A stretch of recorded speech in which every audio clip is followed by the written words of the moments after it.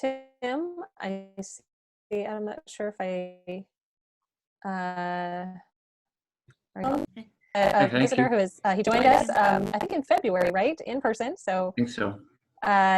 we're glad to have you joining us virtually today. Yeah. Hi, Tim. Hi there. Good morning, Lynn. Good to see you. Here I am. Oh, that's great. I was just welcoming on my screen. Tim is to your left. Welcome. I was just welcoming Tim as you were joining us. He was with us in person in February. Hi, Tim. Good morning. Good morning, Charles. Good morning, Charles. Hey, Charles. I'm music guy. Oh, he's not. Your audio isn't working? Okay. Well, Charles is going to be with us in person, but we're also, he's going to be with us in person, but he's also pre-recorded his music so that the sound will be better. He has the advantage of actually having some musical equipment and studio in his space. So that's also helpful. Looks like he's going to bow out and come back. And is often our custom, we will probably have people joining us. There you are. Charles, can you I can hear you. Great. Welcome, Charles. Glad to have you with us. Thank you. We're looking forward to having your music with us, even though it's been pre-recorded. Okay. And that will be a delight. Welcome. You enjoy it too, Charles. You know. Yeah, I get to be narcissistic. Hello, see you, but we see your name, and that's fine if you want to remain off camera, but we want you to welcome. Can you hear me? I can hear you. Yes, that's great. But thank you for having me. This is my first time ever in person or virtually. Great. Okay. Well, we're delighted that you're with us today. If you would like to connect more, I would love to connect with you after the service. My email is FCC, like the church, FCC Kimberly. Happy to connect with you more after the service too. Thank you.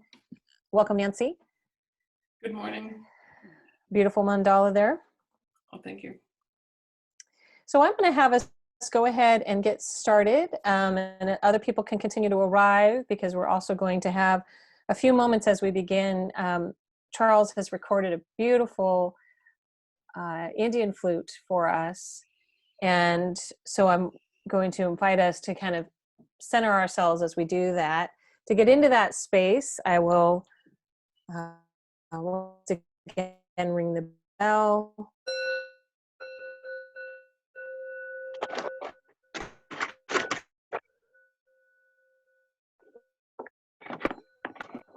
I'm going to invite Jennifer to please mute all of us.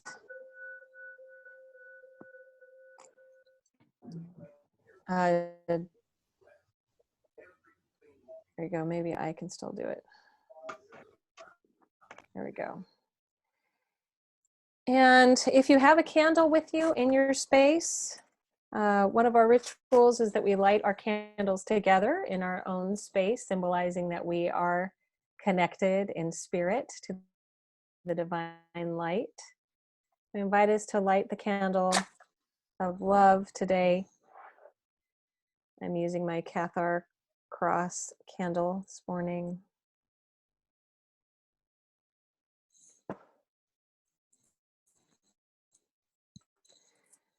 Welcome, Holy Spirit, in our midst. Welcome, everyone, to the Fairfax Community Church service of worship this morning.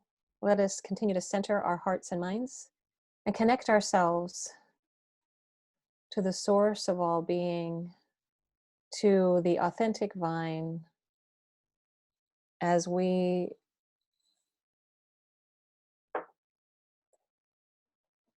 begin to center ourselves in spirit, and let us now listen to the centering music as we bring ourselves fully present to worship this morning.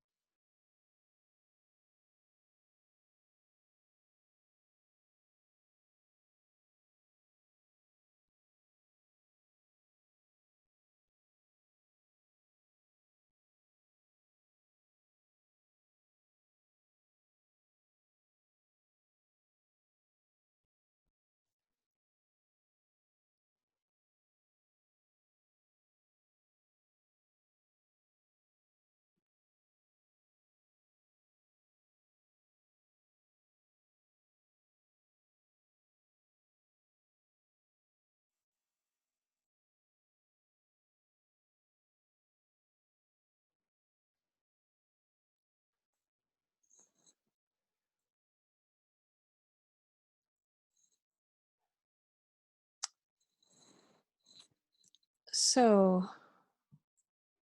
Charles, are you still with us?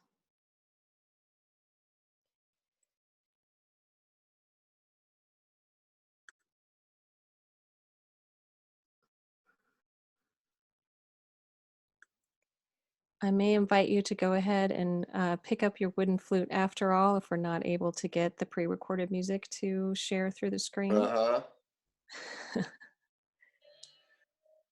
Just a sec. Should I play? Yeah, that would be great. Thank you. I don't have a piano for that song. Well, actually, I do.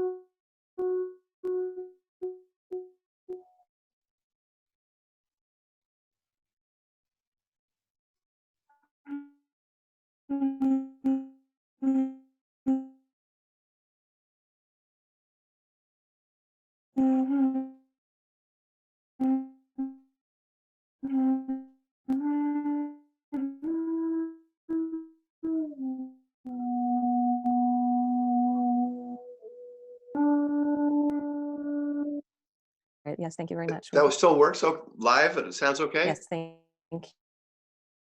you. Cool. So we're going to continue continue, and I invite you to draw your attention, and I invite you to say this with me from your own home. We will be muted as we do that.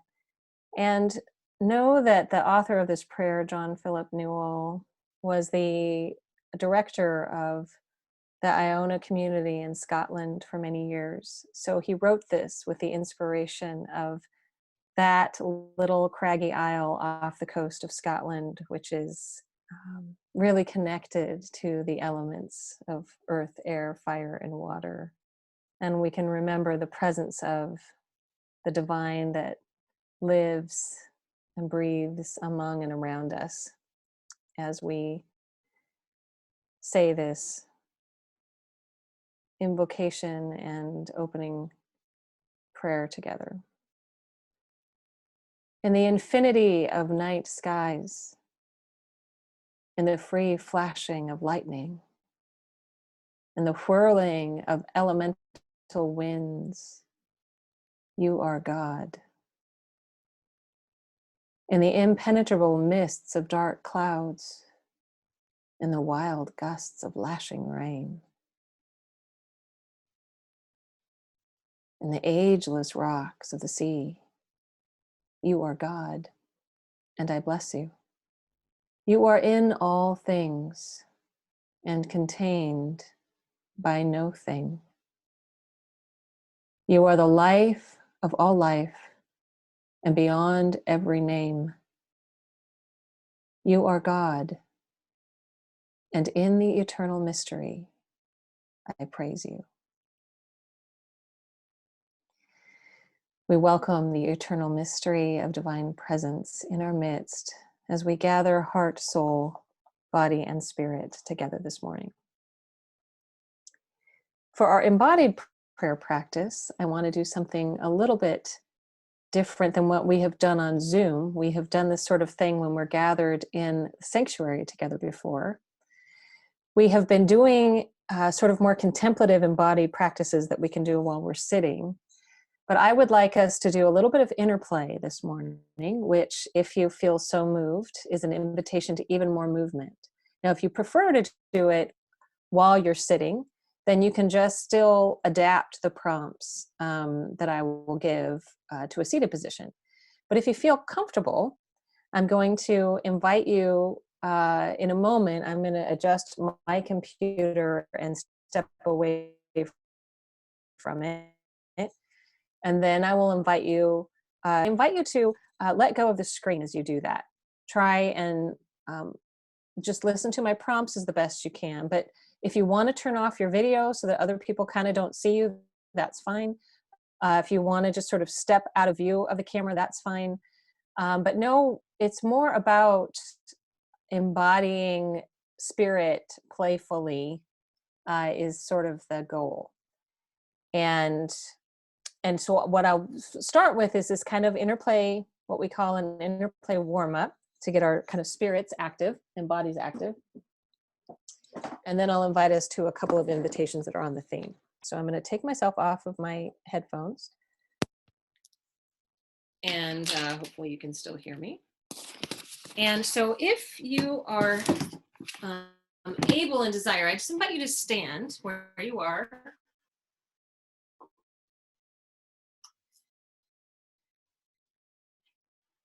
And I invite you to start by just stretching up to the tree tops.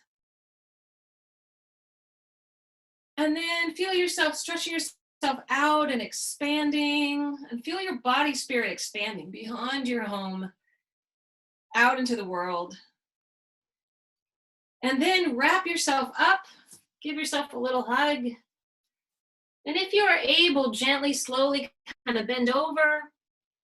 And once you bend over, I'm going to invite you just to swing a little bit while you're bent over. Invite yourself to just sort of let everything go. And just invite yourself to swing.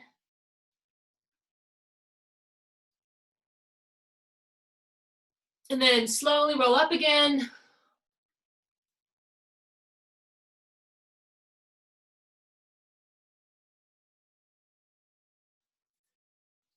And then just like squirm around wherever you need to, kind of like wherever you need to kind of squirm around a little.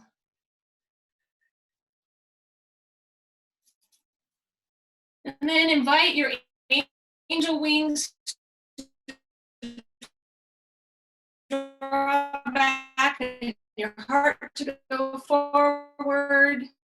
We can do an energetic heart bump with each other, like bump.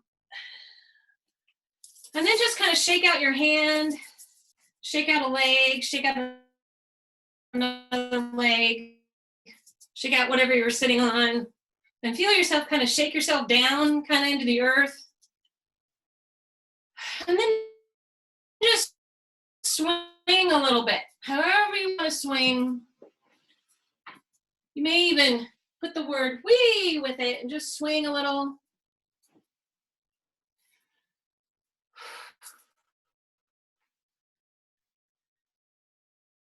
Allow that swing to slowly move into just any shape you want, any shape. Don't think about it, just shape. And then maybe move to another shape. And then slowly let the shapes kind of flow together like you're doing pretend Tai Chi.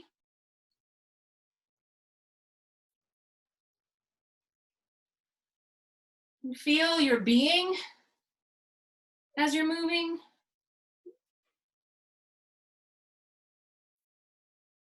The element of being rather than doing.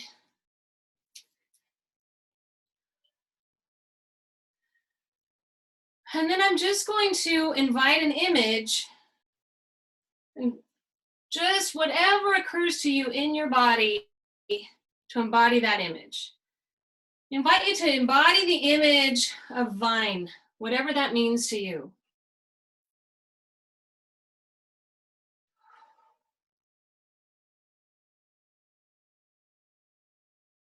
And once again, another shape, vine.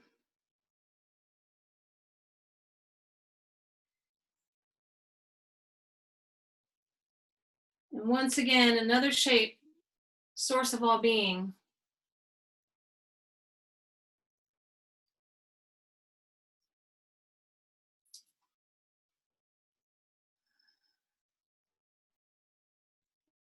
And now embody branches, whatever that means to you.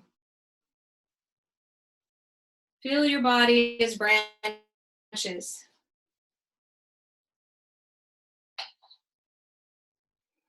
Your movement for fruit. Juicy fruit.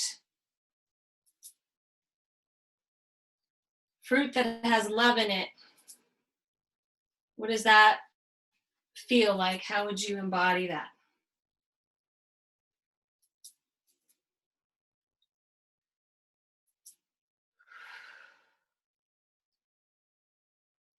I invite you to take a deep breath and let it out on a sigh.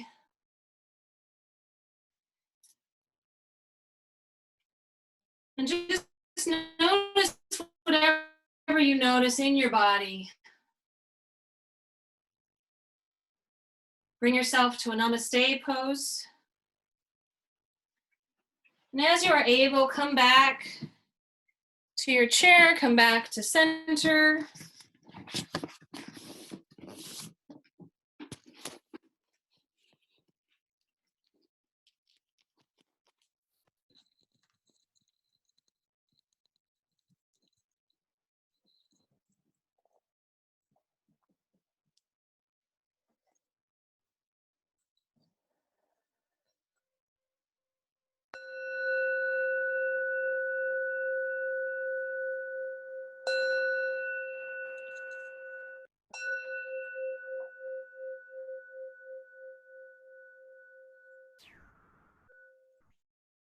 So just notice whatever you notice from that.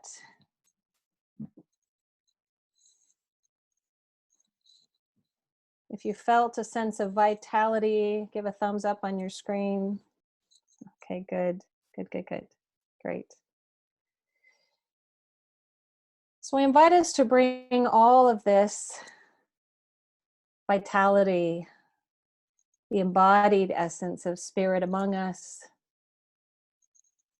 into our prayer time. And as we begin our prayer, I'm going to lead us in a little, very brief guided meditation. And then out of that, I will invite us to voice our prayers aloud. If you have a prayer you would like to share, please unmute yourself and share it out loud. And again, an invitation to remember that we are expressing these prayers directly to Divine Spirit, not just narrative story to each other. So I invite you to begin your prayer with any phrase you would like to use for the divine source of all being, God, Goddess, Eternal Spirit, whatever works for you. And when you come to a conclusion, to conclude your prayer by saying, God, in your grace, and we will all say where we are, you hear our prayer. So I invite us just to take a moment and take a deep breath. Feel the vitality of divine life force in our bodies. And imagine a grounding cord going down from your tailbone, down through your legs and feet. Also a cord going down directly from your tailbone. So there's 3 cords. And feel them going down through the floor, down through the layers of rock and dirt and water.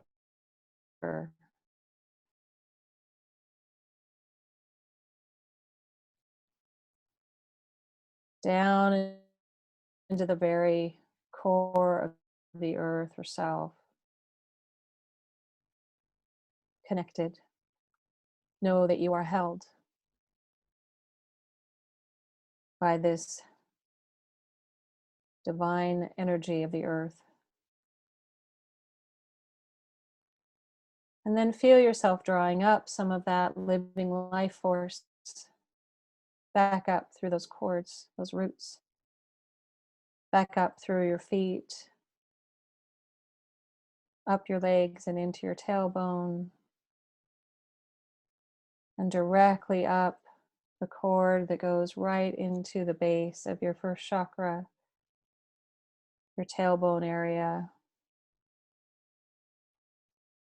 And invite yourself to draw that up through your abdomen, up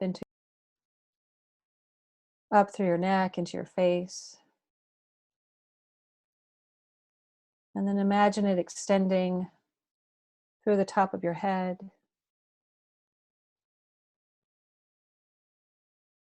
And then imagine a cord also connecting yourself to the divine in the cosmos, in the stars and heavens above us.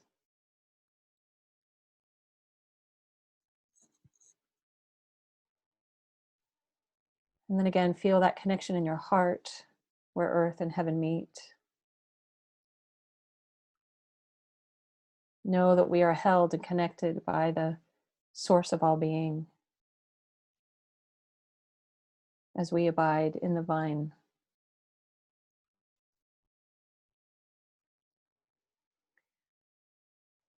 Loving presence, we open our hearts and minds before you as we share out loud and in our hearts the prayers of our community this morning. Let us lift up our prayers to the eternal mystery.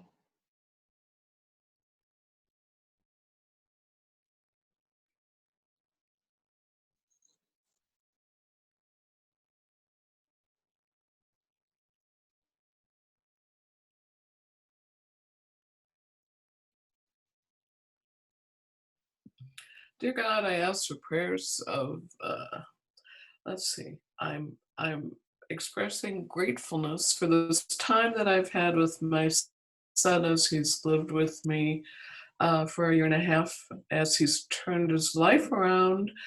And I uh, would appreciate us, because any sense that we are distant from you as we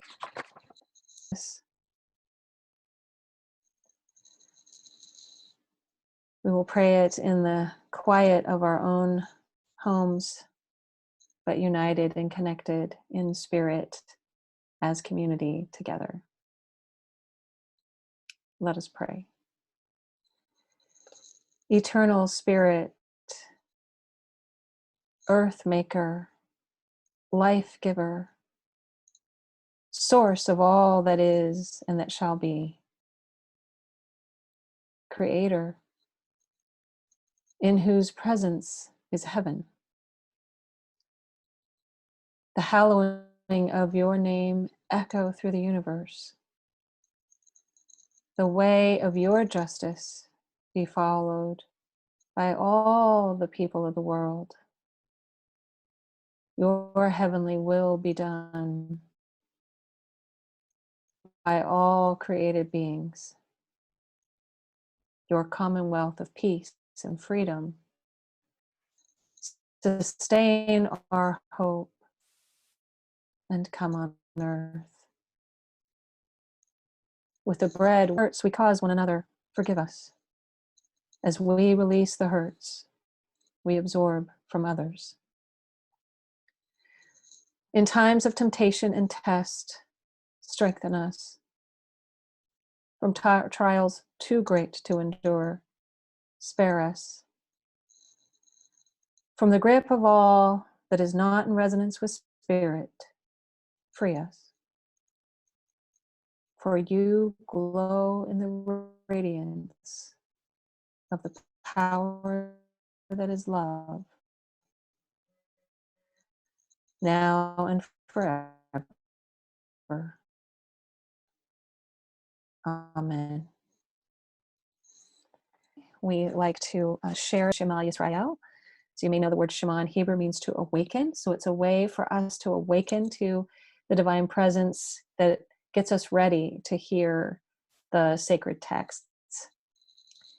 The first text is from John, and the second is a poem. Those are at the bottom of your bulletin if you want to scroll down to find those. Would someone like to sing the Shema this morning? Dean, would you do that? And is that a yes? Would someone like to read the John 15 passage? If so, raise your hand. Okay, Nancy, thank you. Would someone like to read the poem Ripe? Okay, Ruth, thank you. Ding, was that a yes? Yeah. Okay, great.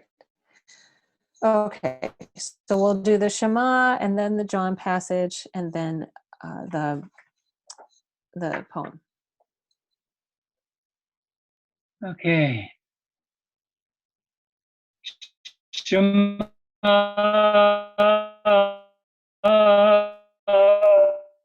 Yisrael Adonai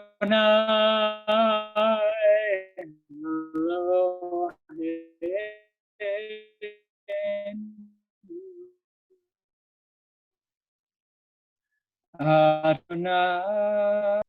Sing with me. Shema Elohim.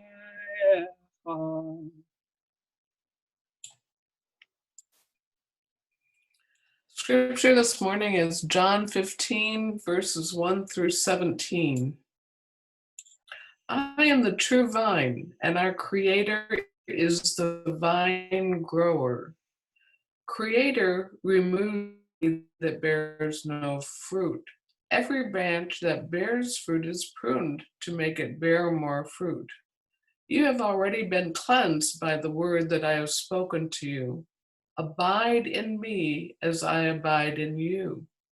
Just as the branch cannot bear fruit by itself unless it abides in the vine, neither can you unless you abide in me. I am the vine, you are the branches. Those who abide in me and I in them bear much fruit, because apart from me, you can do nothing. Whoever does not abide in me is disconnected from the vine. Our Creator is glorified by this, that you bear much fruit and become my disciples. As our Creator has loved me, so I have loved you. Abide in my love. If you keep my commandments, you will abide in my love, just as I have kept our Creator's commandments and abide in the Creator's love. I have said these things to you so that my joy may be in you and that your joy may be complete. This is my commandment, that you love one another as I have loved you. You did not choose me, but I choose you, and I appointed you to go and bear fruit, fruit that will last. I am giving you these commandments so that you may love one another.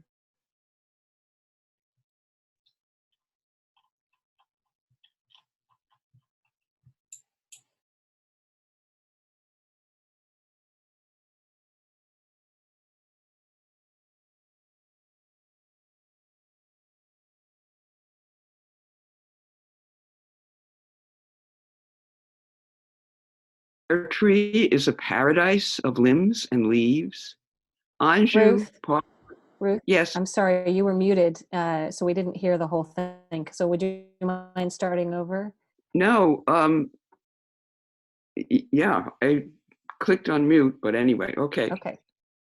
Ripe by Christine Walters Painter. Summoned by the purple ecstasy of wisteria and the soft persimmon sun, I walked down to the orchard. Did you know a pear tree is a paradise of limbs and leaves? Anjou, Bartlett, and Bosque, garlands hang heavy across this palace of light. Don't pluck it too soon, piercing skin not ready to yield. Don't wait until they plunge to the ground in the slush of regret. The moment is always now, laden with sweetness of labor, sunlight, storms, and a cavalcade of scent. Eden's slow unfolding asks me to set aside my rushed and useful life. To know anyone speak the language of plum or pomegranate anymore? Does anyone hear the quiet spectacle of blossoms announcing themselves one by one?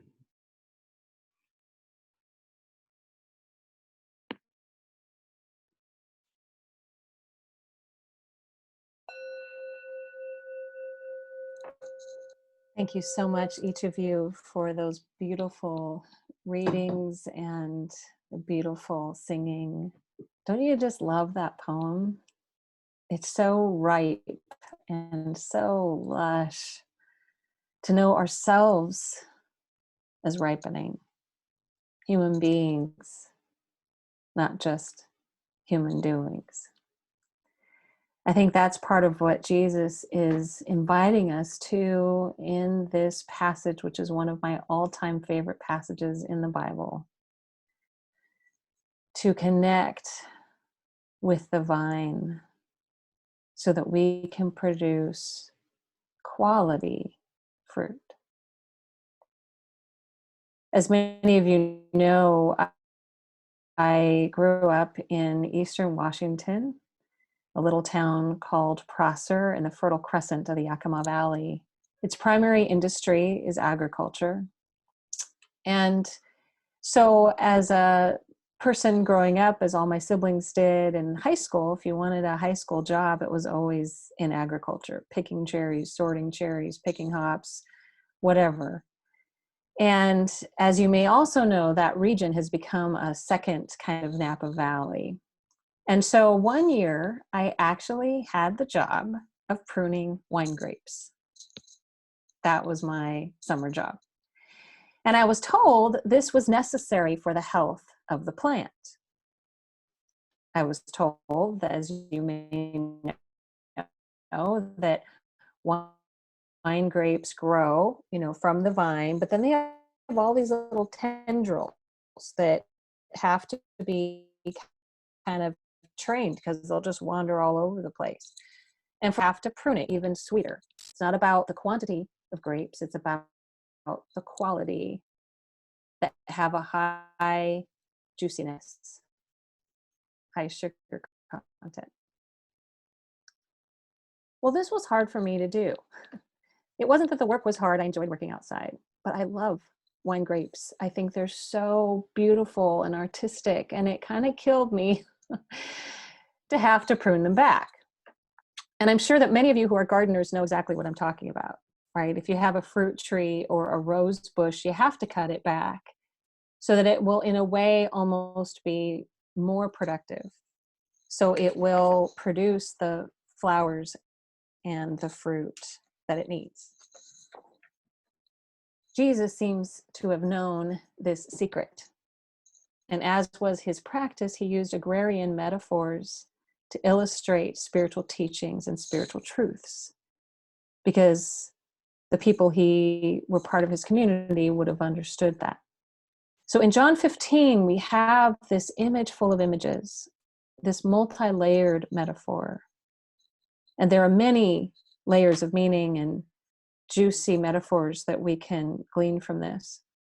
But one of the most prevalent for me in our current context is this aspect of pruning, cutting the plant back so that it will be more productive. As we know, as Americans in this culture, and perhaps a lot of Western culture, productivity is something we say we value. And what we usually mean by that is doing lots of things. Lots of meetings, lots of errands, lots of baseball practices, lots of things that we run. But unfortunately, so often we also end up deriving our value from that, right? We think we're not really worth anything as a human being unless we're being productive in a certain way. And yet Jesus turns this whole thing on its head and says, the point is not the quantity. The point is the quality. The productivity in this metaphor is about fruit that's juicy, fruit, according to Jesus, that has love in it. As we know, during this time of sheltering in place, things have been pruned back for us. And that can be difficult and painful, disappointing. We've talked about the many layers of that. And I don't want to take that lightly. Both of my nephews one is graduating from high school, one is graduating from college this May. And as we know, that is one thing that has been pruned back for all seniors. So we acknowledge that, and as we have been doing these months, we acknowledge any grief or sadness in those things. And we've also been talking about how this has been an opportunity for us to reframe, to shift our priorities. And one of the phrases that has come to me as I've meditated on this passage is the simple phrase, what is most essential? We know that the word essential has been tossed around a lot in the last 3 months, referring to essential workers and essential businesses. But what if we also apply that word in a spiritual sense? Moment by moment, What is most essential? I found it helpful to use it almost like a mantra in the middle of my day. If I'm feeling stressed about something, I'll stop myself and say, okay, but what is really most essential about what's going on in this moment, or what's causing me stress, or what I'm frustrated by? And if I can remember to ask myself that, I find it does help shift my perspective. This may have been what Jesus was trying to teach us as well. How do we reframe sometimes even what has kept us busy to look at what's really most essential, what has the juiciest love in it? Jesus also uses the word joy. Fruit that will last, fruit that has joy, fruit that has love. I'm sure many of you have experienced different things yourselves, and we've heard a lot of different stories, and part of a group of pastors who've been together for almost 20 years from all over the country. And we usually get together once a year, get together, and it was canceled. So we're doing more. Last week, my friends, who is now an executive presbyter in North Carolina, which is the equivalent of being a conference where he has jurisdiction over a large group, the presbytery, he talked about how busy he had been before. He has a wife and 3 teenagers, and he was traveling a lot, and he was always full of things that seemed so important, and all these meetings and things that had to be done. And all of that has kind of shifted and not exactly come to a halt, but it's changed dramatically. And so he said now he's spending more time, obviously, at home, and he's actually getting to know his 3 teenagers in a different way. And he sort of jokingly said, I'm so glad to find out I really like my teenagers. I really love my family. And he said before he would just have dinner with them and then go off and just do his own thing and just be working until late at night, and he wouldn't really see them and spend time with them. Now they're having movie nights, now they're having game nights, and he is celebrating the fruit that's coming with this. Now, it doesn't mean that there aren't challenges. He jokingly also talked about how expensive it is to feed 3 teenagers, 3 meals a day plus snacks.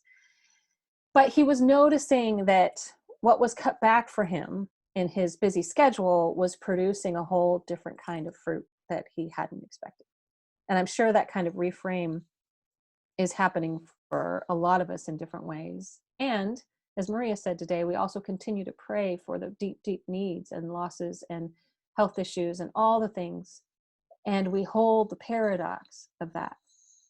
But in that paradox, perhaps there is this invitation from Yeshua to recenter ourselves on what is most essential, knowing that our value also doesn't come from just what we do or what we accomplish or how much we accomplish, but whether what we do actually has love in it. Ruth talked about this last week when she talked about open-hearted communication, which is a workshop that she will start near the end of May, and we'll send out more information about that. But that ability to connect with our hearts and have empathy for the other person, so it is a two-way exchange, is one of those fruits, as we know, that can come from centering ourselves in love and in spirit. And the good news is, the other key that I think this passage gives us, that can be, at least it's a relief to me, is that we don't have to do that alone. We don't have to possess some super special superpower that allows us to just muster this up on our own volition. If we think about the metaphor that Jesus gave us of abiding in the vine, the branches don't just pop out of the ground themselves. They emerge from the vine, from the source of all being. I don't know if you can see it, but I printed out another little illustration of that. If you look at the vine, the thick part is the vine itself. That is what is connected to the ground, right? The branches emerge out of that. When you're pruning and trimming, you don't prune the vine itself. You don't cut it back to the ground. You just prune the branches. So the vine continues to grow. And when you look at a vineyard that has been there for lots of years, the vines are really thick and they're like tree trunks that go into the ground. And the branches then emerge out of that. So the good news is the kind of fruit that Jesus is asking us, the quality, juicy fruit Jesus is asking us to produce, is so much easier when we first plug into the vine, connect to the source of all being, and allow ourselves to just be a conduit of that, allow it to flow through us, because we're not just meant to do it on our own. There is ease, I think, and grace in that. And the word Jesus uses to invite us to do that is to abide. Jesus likes that word so much, he uses it 10 times in 11 verses. Abide in the vine. Abide in me as I abide in you. And he says, I am the true vine. It's interesting to note that in Greek, the word true would be more accurately translated authentic. I am the authentic vine. And we know from the Hebrew that this is the 7th I am statement. And in Hebrew, the I am is eche, ashera, eche. I am the all I am. It is the phrase that God used with Moses in the burning bush. Who should I say sent you? God said, eche, ashera, eche sends you. I am the all I am sends you. We all have the ability to connect with the all, with the source of all being, with divine life force. And as we allow ourselves to do that, to root ourselves in the authentic vine, then we can more easily bear much fruit in the world, the fruit of joy, of love, of peace, which is not just about doing lots of things. It's about being in spirit so we can share that spirit with each other. What is really essential for us today as we ponder this passage? I invite us just to take a moment to reflect on that. If you think of your own life and your own heart, what is most essential? And what are the things that allow you to connect deeply with spirit? It might be spiritual practice. It might be spending time out in nature. It might be connecting with a loved one. It might be reading a sacred text. But I just invite us now just to take a moment in silence, and then we will share with each other any insights we may have, to ponder those two questions. What do you find most essential? And what helps you connect deeply to source and abide in the vine? Let us take a moment to ponder that now.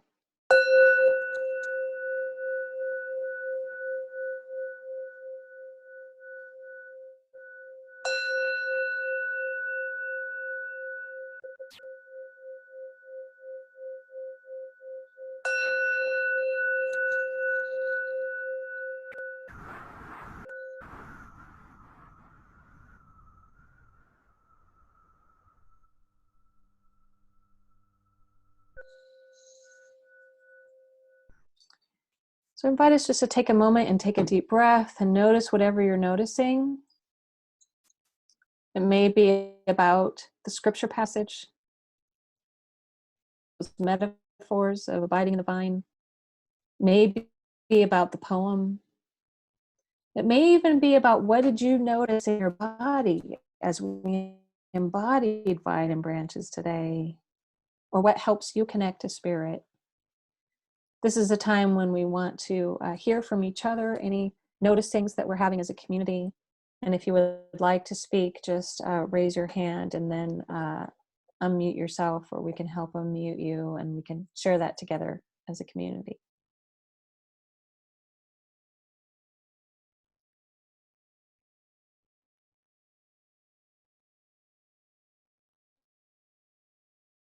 Yes, Nancy. Well, when I was a teenager, I worked at a pickle factory, which wasn't nearly as enjoyable as what I'm hearing you talk about. So agriculture, yes. But I did want to talk about minimalism. I've been on a kick for, I mean, Jilda knows this, we talk about it all the time, the decluttering, the minimalizing. And it's an interesting process because it's not just about stuff.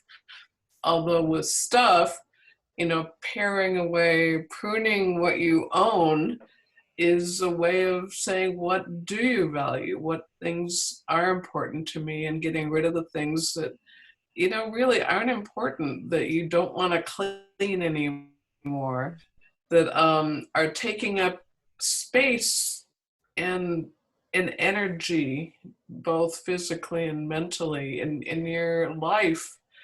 And it can be emotionally too. I mean, so it's been an interesting process, and I guess that's where I was thinking that by getting rid of things that aren't essential, although if you came to my house, clearly I have room to continue with this process, but as I've gotten rid of things, the things that remain are more interesting. They bring me joy, to use more in much of the case. I think. Yeah, great. That's a great illustration. Thank you so much. There's all different kinds of pruning, and this is giving an invitation for lots of us to reframe what's most essential. Yeah, that's a great example. Thank you. Others, anything you're noticing? Yeah, Ruth. Two things. One of them is the practices I've learned in open-hearted communication that bring my attention to the ways that I have related to people that I feel sadness about, and judging people and judging myself. And then the other thing that really also deeply touches me is I'm so grateful to be living in a very quiet place, so I can sit out very early in the morning and meditate, and being outside, that there's an instant change within me. Just being in the presence of the trees and hills and sky, and if it's early enough, stars, or else fluffy clouds. I have a thing about fluffy clouds. I talk to them and appreciate them. So those are my things. That's a great reminder to all of us. I was also noticing the fluffy clouds yesterday. I was totally entranced by the fluffy clouds. And I do think that I really appreciate you. I feel like we could all use that reminder every single day, that getting outside, even if it's just in our kind of backyard or around the block, that the divine spirit abides in the energy of the earth and the trees. And so that's a great reminder to all of us that can be a very easy way to connect with source. Thank you. Others? For me? Yeah, Maria, go ahead. Oh, yeah, hi. So for me, it was a really nice reminder of how to sort of think about what's essential and what's not essential, because when I meditate, when I make time to spend time with God, that's clear. And then I feel like then what you mentioned in your son, the ability to feel God's presence and God's peace and God's grace and God's joy and God's love in my life. And that I forget to connect or her. I feel like he's both she and him, God is. Then I feel like then I make space for God. And I really like your sermon because it reminded me of that. I love that phrase, Maria, making space. because again, it reminds me of the word abide, which is to dwell. And there's a spaciousness in that, right? There's a spaciousness to spirit that, as you're saying, if we remember, which is easy to forget, if we remember to connect to it, then we can abide in that divine spaciousness. So yeah, that's a wonderful, I do think that's part of what Jesus is inviting us to. It's a wonderful reminder to all of us. Thank you. Others? Yes, Lynn? Well, starting right out, you talked about how the virus is causing is a kind of pruning, that we're being pruned whether we want to or not, and that's definitely been true for me. And I'm seeing some real benefits. It's really focused. I'm getting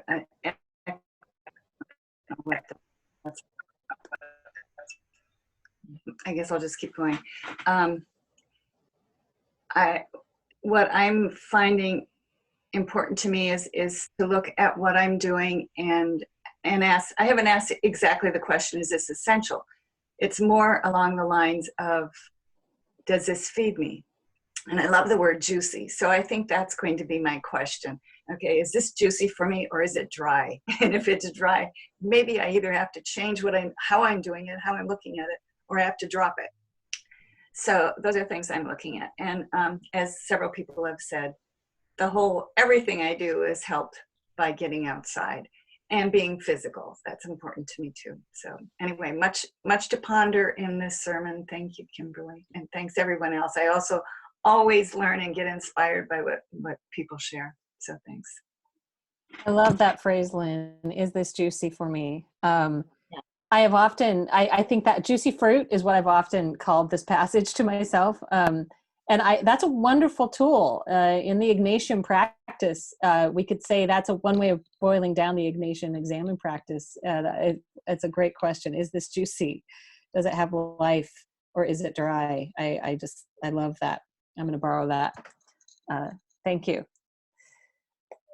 Others, anything you're noticing or want to share? It's okay if it's not, because we'll do more of the sort of just connecting with each other, kind of chatting after the worship service, at our sort of tea time. I'm sorry, who was that? I'd love to share. Kimberly, great, go ahead. When you ask what is essential, I thought of three things: celebrating beauty, spreading joy, and fostering awakening. Mm. And what I've been doing a lot is mending. Mm. And I looked up the word mending, and it comes from the word amend, which is to remove faults. And so I've had a closet of dozens of things, and I'm on a roll now, and it's very gratifying. And I look at it as a metaphor. Like Thich Nhat Hanh said, we're like a garden, and we can cultivate our flowers, our virtues, and we can weed out our faults. So for me, this idea of mending, I'm really intending it to be about self-reflection. How can I improve my actions and my behavior? And that's what that whole word is about improving and mending our fences, mending our relations, mending our habits. So I'm finding it really gratifying, and I encourage anyone who hasn't thought of this to start mending. It's really a beautiful ritual. Wonderful. I love that. I love that. Even mending with needle and thread. I'm doing a lot of mending with needle and thread, but also sometimes there are broken things. Mm. And so it's really gratifying to take a little favorite thing and break it. Mm. And in the Japanese tradition, when they mend a teacup, they will often do it so that they consider it more beautiful and more precious. And it is the special cup in the tea ceremony. Mm. So in a sense, it's honoring our own brokenness, that we all have our wounds, and to cherish that is part of us. That's a wonderful, love that. Thank you so much for sharing that. It's a beautiful image. So I'm going to invite us to sort of, again, like Mary, ponder those images in our hearts, and allow ourselves to ruminate on them as we listen to Charles's music. Jennifer, I'm going to ask you if you can get that ready. If for any reason the tech doesn't quite work for the audio recording that Charles has given us, then we will have Charles on backup live. But it's about this beautiful song that he sang to me last week, is again about resting, abiding. It's another way of talking about how we can abide in the vine, abide in source. Let that flow through us as we listen, and as you pick it up, if you want to sing along.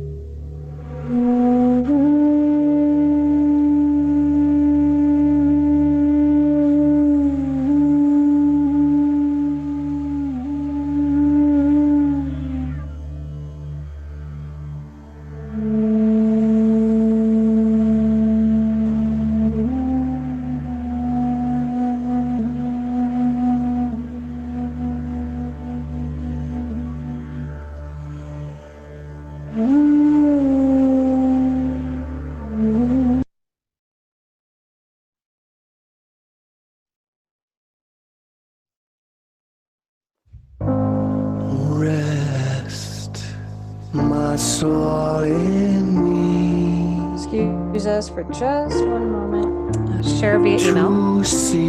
But the song before is the song with the words in it. So we can switch to that song, and we'll make this beautiful recording available via email. Thank you for that gift, Charles.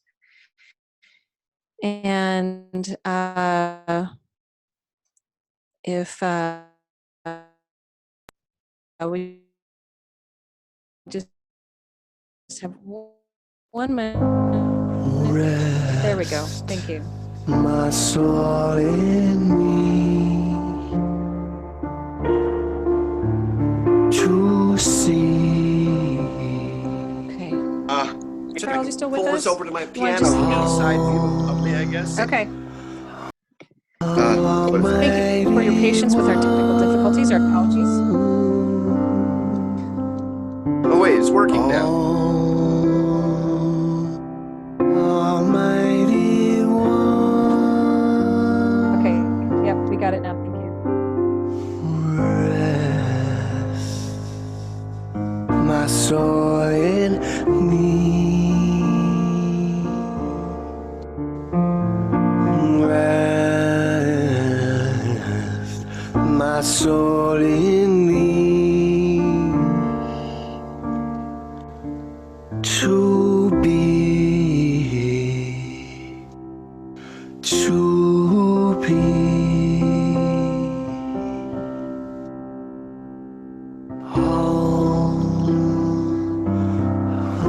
Almighty One,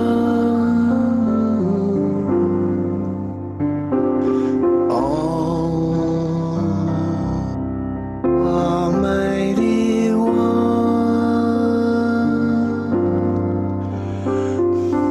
rest your soul in me.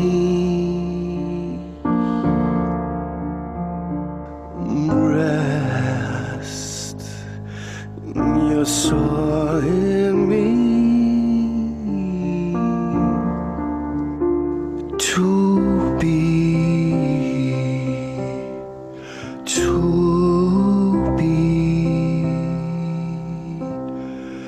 to be, just to be.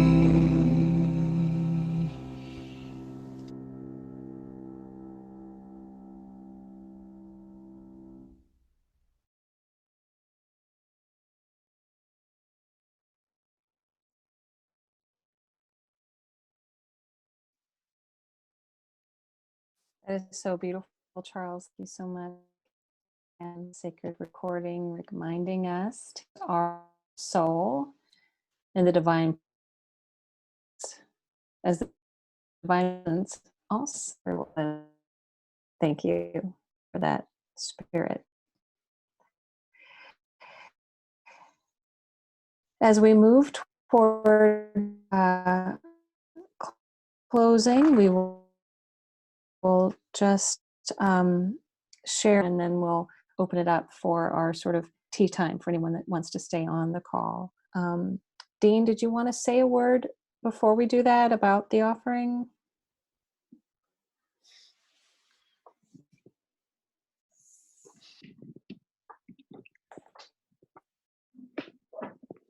There. My my little phone is how I am able to do the sound and video. It doesn't like to unmute very well. Maybe that's a good thing. Our church survives in part by being in God, and part of the flow of God is our energy. And sometimes that energy shows up in the form of our gifts of talent and money to the church. And it allows us to grow in spirit. It allows us to foster the goodness in our hearts. And so I encourage people in this awkward time, if you can either send a check or here in the bulletin, I believe, and that would be very much appreciated. Thank you. Thank you, Dean. And of course, we honor the way the economy has turned and the tide has turned. So this is just an invitation. If you are a regular church member who usually has shared your giving, we usually do that together in the church in the physical space, and we just know that that's shifted. So we just want to make that opportunity available if you feel moved. If you don't, no obligation whatsoever. There are so many different ways that we contribute energetically to the church through our prayers, through our love, through reaching out to each other, checking in on each other, which we are all doing. And we celebrate all the gifts, the offering of our hearts, the juicy fruit we bear in the world, and all those offerings before God, and celebrate the vineyard, the juicy vineyard that this church is, as we give life to others through our love in our hearts. So let us now say together the closing unison prayer and blessing, and let's see it as a blessing both for our own hearts, and then a blessing that we hold for the larger community together. Stay muted, but say it out loud in your own space with me. All-encompassing heart, source of all that is, sturdy vine that unites me to all of creation. May my life bear fruit today. Where there is impatience, let me bring kindness. Where there is strife, let me bring harmony. Where there is hurt, let me bring healing. Where there is rigidity, let me bring openness. Where there is judgment, let me bring understanding. O wide and spacious love, turn me toward your unconditional acceptance. I seek a vessel of your great compassion. Let me carry your love into all parts of my life and pour it forth willingly and generously. Amen. So we usually sing the very simple song, Alleluia. It's something typically when we're in person we do as a circle holding hands, and then we lift our hands together at the end. So even though it sounds a little chaotic, I invite us to, if you would like to, unmute ourselves to sing it together. If you don't know the song or want to keep yourself muted, that's fine too. But let us sing the Hallelujah together. Hallelujah. Hallelujah. Hallelujah. Hallelujah.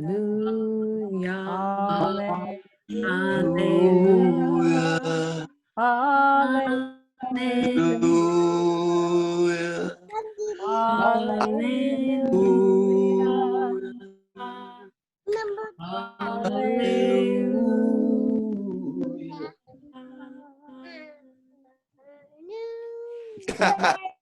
Everybody's singing.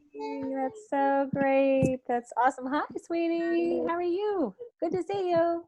And wave our fingers at each other. Good to see you. It is a delight to see everybody. Hi, sweetheart. Hi, Hi.